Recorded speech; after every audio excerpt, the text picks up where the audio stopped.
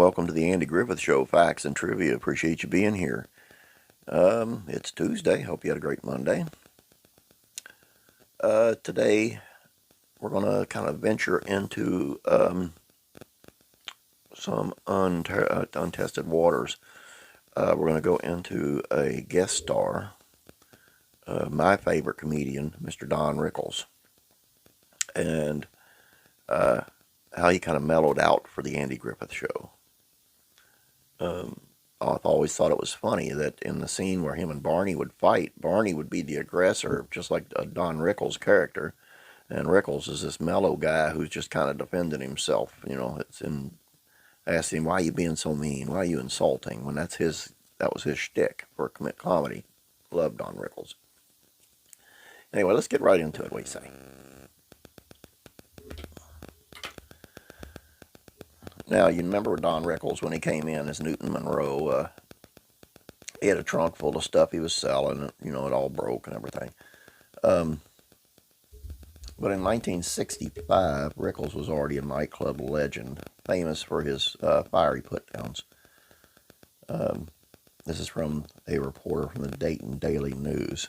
To be publicly chastised by Rickles has become something of a status symbol among celebrities, and the greatest insult of all is for the so-called name performer to attend a Rickles performance and not be singled out by the comic as the butt of at least 5 quick barbs. When Rickles got cast as the featured guest in the Andy Griffith Show, the episode The Luck of Newton Monroe, this one was the insult comic's first real serious role as an actor, which was his original dream. When Rickles was studying acting at the Academy of Dramatic Arts, he hoped to snag a guest spot like Newton Monroe, but in those early days, there weren't as many jobs to go around. He said he and his acting school roommate were faced with the choice: starve trying to make it as actors, or stop to perform in nightclubs. Rickles' roommate stubbornly went through some very lean years. On the other hand, Rickles said he was too hungry to wait around for a meal ticket. He ended up really taking to performing in nightclubs.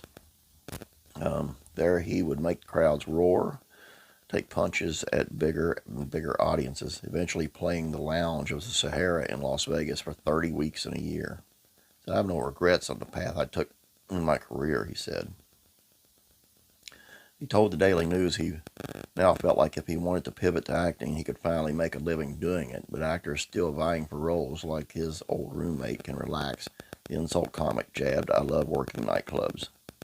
The year he appeared on the Andy Griffith Show was also the year the comic got married. He said in his act he was already mellowing, his insults becoming more general. Only hecklers felt the old Rickles fire that made him famous.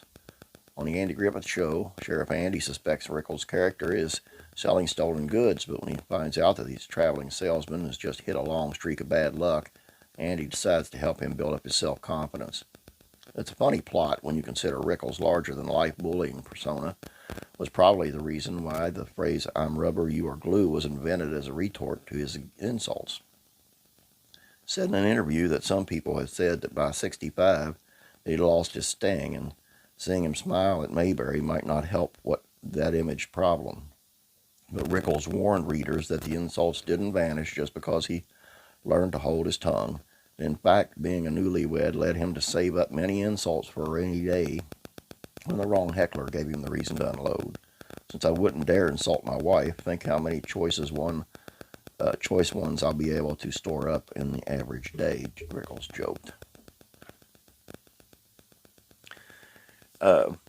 Let me give you a little something.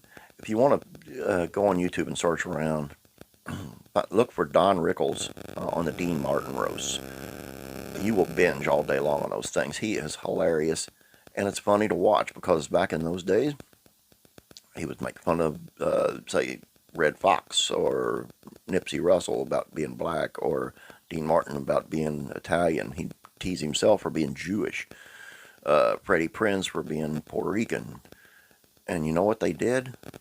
They laughed because they knew he didn't mean none of it. It was all making fun of bigotry. You couldn't get by with that today for sure. But Rickles sure was funny. So if you get a chance, look him up. It's really good. Anyway, that's all I got for you. I appreciate you being here. God bless.